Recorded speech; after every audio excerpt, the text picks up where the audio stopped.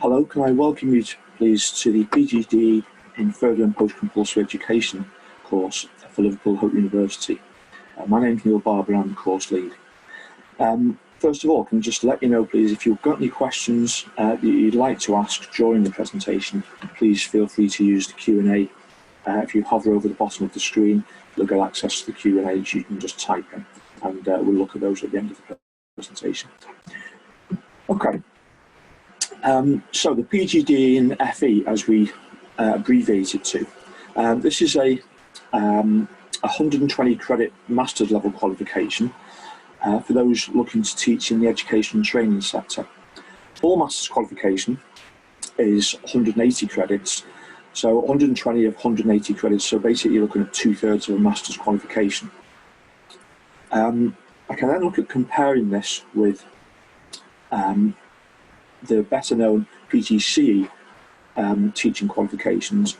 So we're looking at a diploma in education as opposed to a certificate in education for the PGDE. So the PGDE is a higher academic content to the PGCE.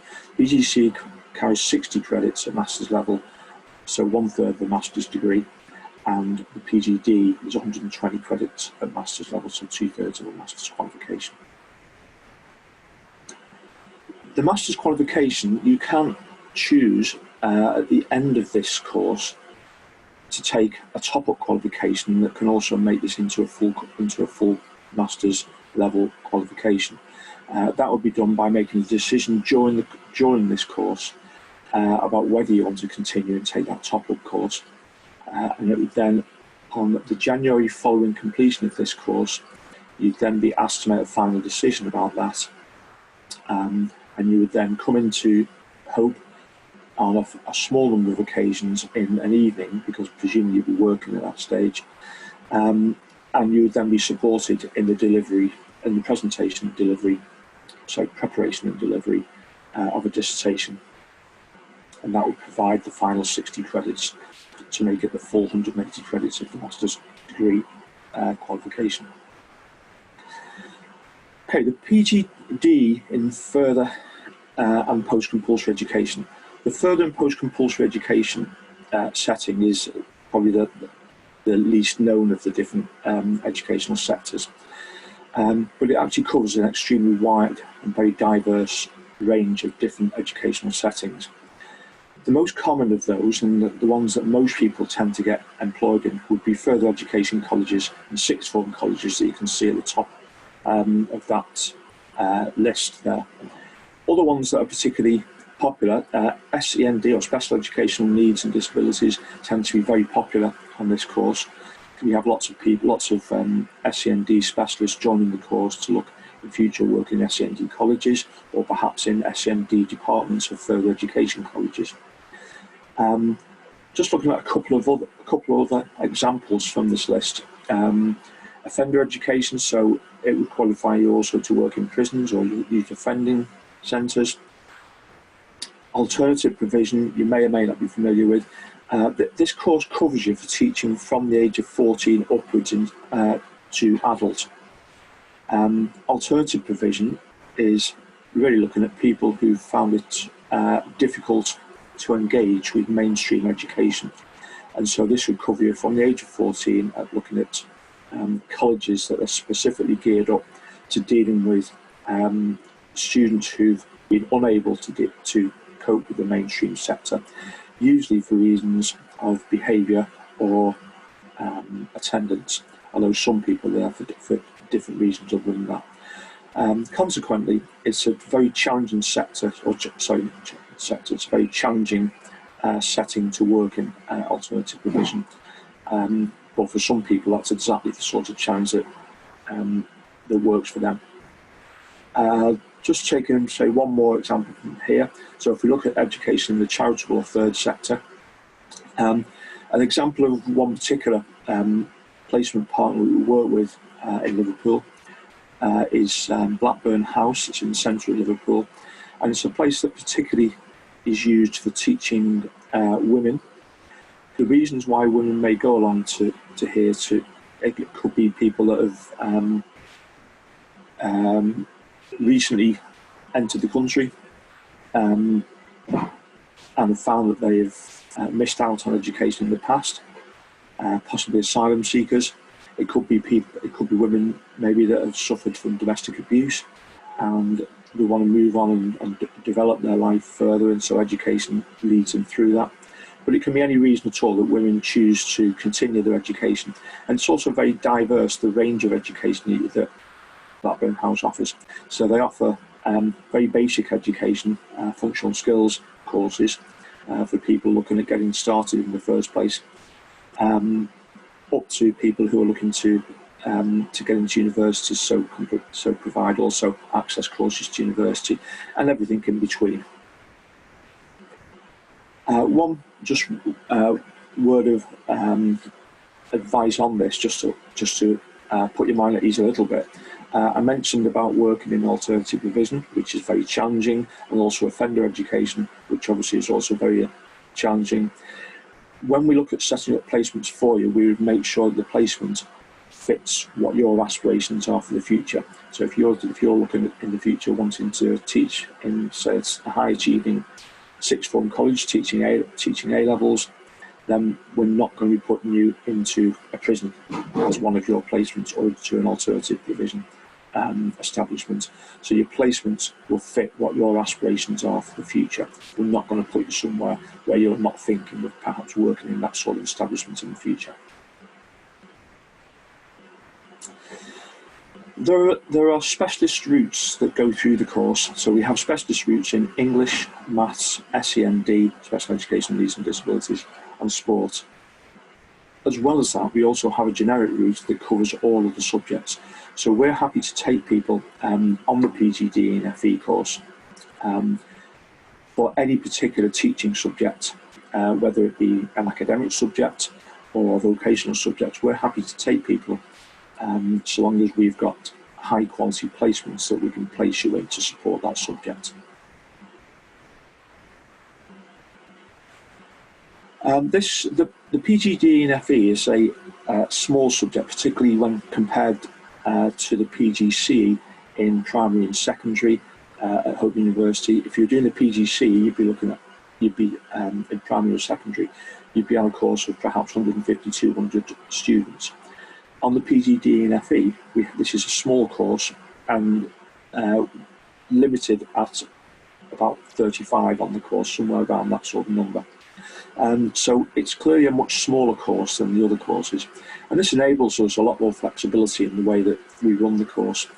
A particularly important thing for us is the fact that it enables us to provide very personalised support for all of our students, and that may be as regards their professional placements, or it could be as regards academic work, assignments, or it could be anything of a personal nature. And we basically run an open door policy, so we're perfectly happy for one of our students to come and knock on the door and us to discuss whatever sort of support it is that they're looking for.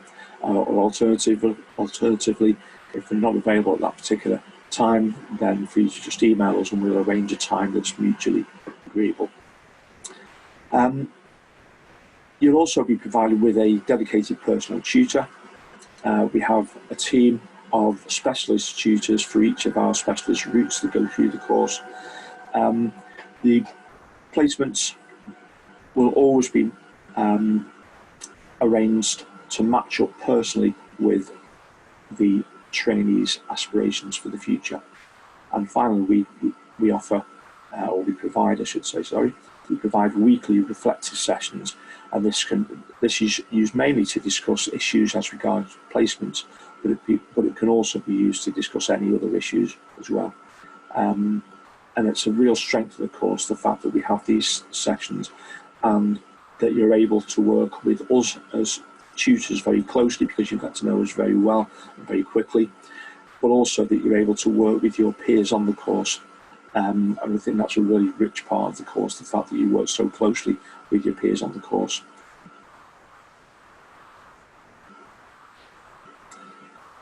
There are 4 modules that make up the course. So first of all, Introduction to Teaching, Learning and Assessment. So this really is making sure that you're properly tooled up for the job in the first place and have got all the basic requirements that you need. as regards knowledge and skills before you go into the classroom. So the first couple of weeks of the course is about making sure that we deliver for you all of the basic key skills and knowledge that you need for first going into the classroom. The second module, teaching, learning and assessment in practice. So this is about you actually starting your placements and getting into the classroom. So what we don't do is just throw your stage in the classroom and say, well, there's your class, you go and teach them. What we look at doing is having a gradual inroad into that. So we'd start you off by getting you observing in your placements your own subjects, different teachers are in your own subjects, but also teaching other subjects, because we think there are lots of things that you can take from all sorts of different teachers and from different subjects and bring them into your own teaching. We then look at getting you working in the classroom in a similar way to a classroom assistant, to how a classroom assistant would work.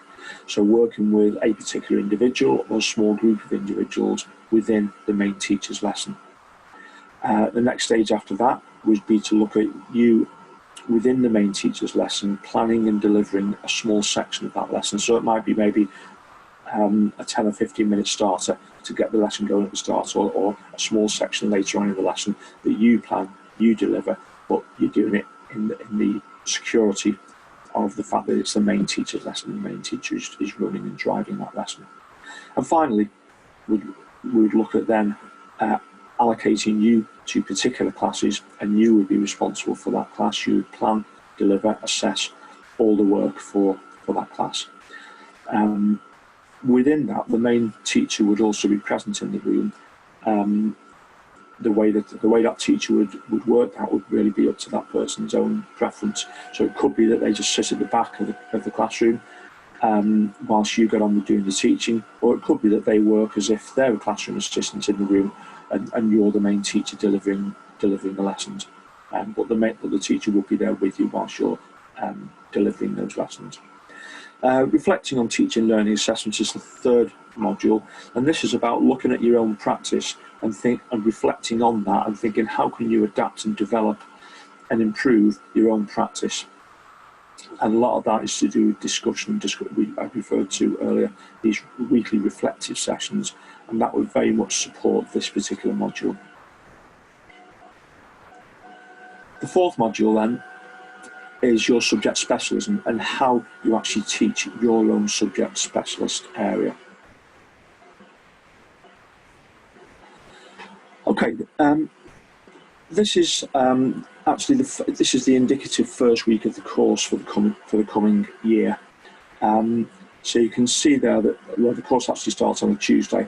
So you can see there that on the first day it's very much about looking at expectations and professionalism of a teacher and the teaching profession, and also details about the course, the contents of the course, assessments and assignments for the course.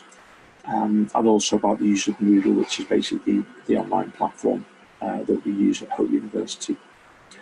The rest of the week there, looking at really vital components of you going into the classroom in the first place. So, for example, safeguarding there. Obviously, you've got to be very familiar with safeguarding and your role and responsibility as regards safeguarding before, first of all, going into a placement. There's a couple of sessions there that are to do with session planning and looking at how you approach the planning of different sessions that you're going to deliver. There's a session on the Thursday afternoon, so that's the first of the individual subject specialist sessions. Friday morning is about learning and teaching, so it's about how do students learn, how do their brains work that enables them to learn. How does that vary from student to student, and how then should you plan your teaching and deliver your teaching in order to most effectively make use of the way students learn. And then finally on Friday afternoon, a session on behaviour management, and perhaps in most parts of this particular sector it's more about the second part of that title, really about commanding a presence in the classroom more so than behaviour management, but obviously a very practical based session to do with the skills required for that. This next week here then is it's a typical week during the first term of the course. So you'll go on 2 different placements during the course. This first placement is a part-time placement, and so you're actually in your placements on Monday, Tuesday and Wednesday of each week, and then Thursday and Friday you're based in the university. And you can see that number of the sessions there. So one of those reflective sessions I referred to earlier on Thursday morning, another of the subject specialism sessions on the Thursday afternoon. Friday morning it gives you an opportunity, we actually take you into Walton Prison to go and have a look around there, see how education is delivered in a prison. You'll get a chance to speak with prisoners, speak with teachers that are working there, and it's a really interesting visit to go on, very, very enlightening. It could be that it attracts you into that area, or it could be that you say, well, there's no way I'm going to be going working in prison in the future. And that obviously is individual to each person. But it's an interesting thing, an interesting experience to go along and do that. And then Friday afternoon, finally, is a session that's preparation for one of the assignments that we have as part of the course. All the assignments that we have, we make sure that we have sessions delivered specifically to support you with the writing or presentation of that assignment. So what are we actually looking for then? We have at Hope in all the teaching courses what we refer to as the Hope, or the ambitious Hope teacher. And obviously in this course we're looking at ambitious post-16 teachers, or in certain circumstances post-14 teachers. And what we're looking at here is about making sure that you consider all the time about how you present yourself as a professional within the profession, within the teaching profession.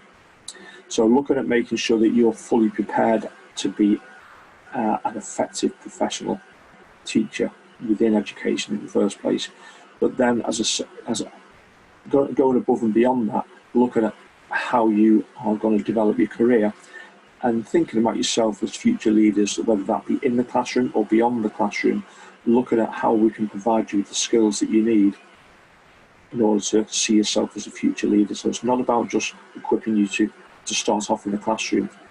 It is equipping you for that, but it's also equipping you to consider how you can develop your career as a leader in the future.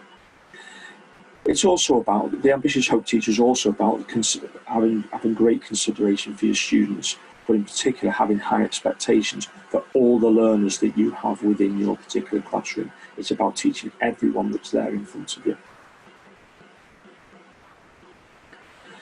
So why Hope University? Well, just looking at 2 of the particular points on this slide, I'm presuming that your interest in this course within this university is because you're aware of the fact that Liverpool Hope University is a national sector leader in teacher education. And I'm looking at the bottom point there as well, really. Liverpool is a fantastic city to work in, it's a fantastic city to live in, it's a fantastic city to socialise in. Particularly since it was the City of Culture in 2012, it's developed so much in the years since then.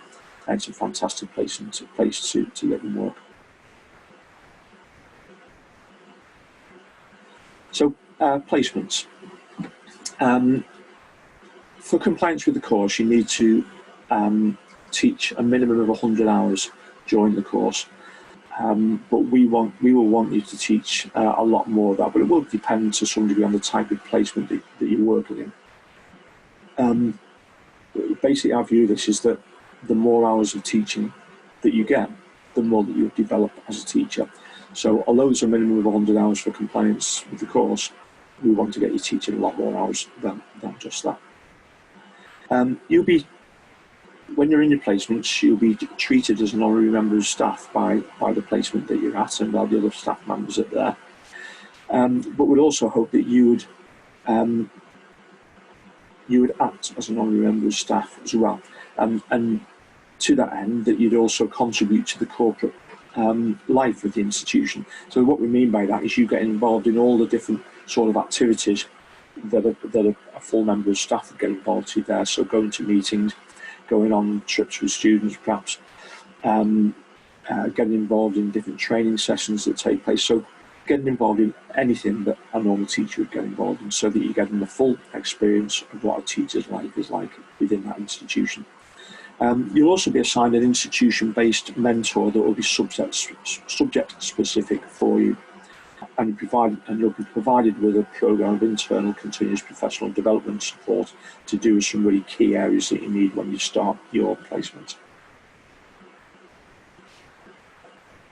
I mentioned earlier that you've got 2 placements. So your first placement will run from October to February, and your second placement, sorry, not first placement, it's a part-time one, and your second placement will then go from February to May, and that is a mainly full-time placement.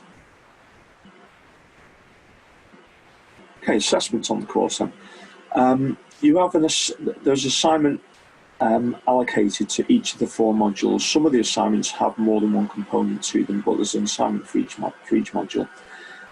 Coursework is at level 7, as this is a master's course, as I mentioned earlier, and so it therefore expects critical and analytical engagement with academic research and literature. The library here is second to none, and you'll find that the people that work in the library are so happy and willing and enjoy actually helping you. And it's a real strength of the university. The Hope Teacher portfolio is a portfolio that you'll put together based on your experiences whilst you're in your 2 placements. And really it's evidence of you showing that you've reached the professional standards. There's 20 professional standards for this sector, and it's really you putting together a portfolio of work to show that you've achieved each of these 20 standards, and that will go in what that entails and what evidence for that would consist of will be talked about and explained when we have those weekly reflective sessions.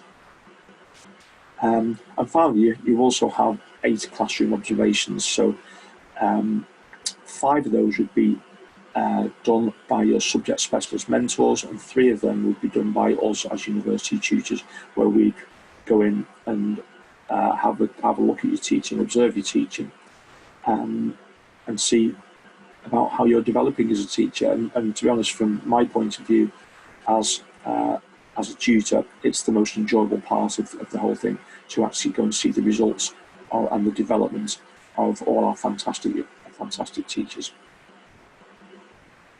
Entry to the course is by interview. You also then have to be qualified in the subject you want to teach. You need a level 2 qualification in English and maths. Level 2 is the old grade C, which is now called a grade 4. You also need a DBS check and a fitness to teach declaration. So what are we looking for? Well, you can see there a list of things that I would hope would all be reasonable expectations of a person joining a teaching course. And I would hope really that there would be nothing that you can see in that list that would be a surprise to you. So looking first of all there at commitment and enthusiasm to develop as a teacher. We're looking at professional values during your placement, so carrying yourself as a professional. Strong subject knowledge, 100% attendance.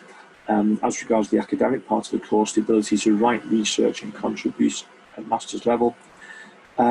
The course is a very challenging course, and teaching itself is a very demanding career.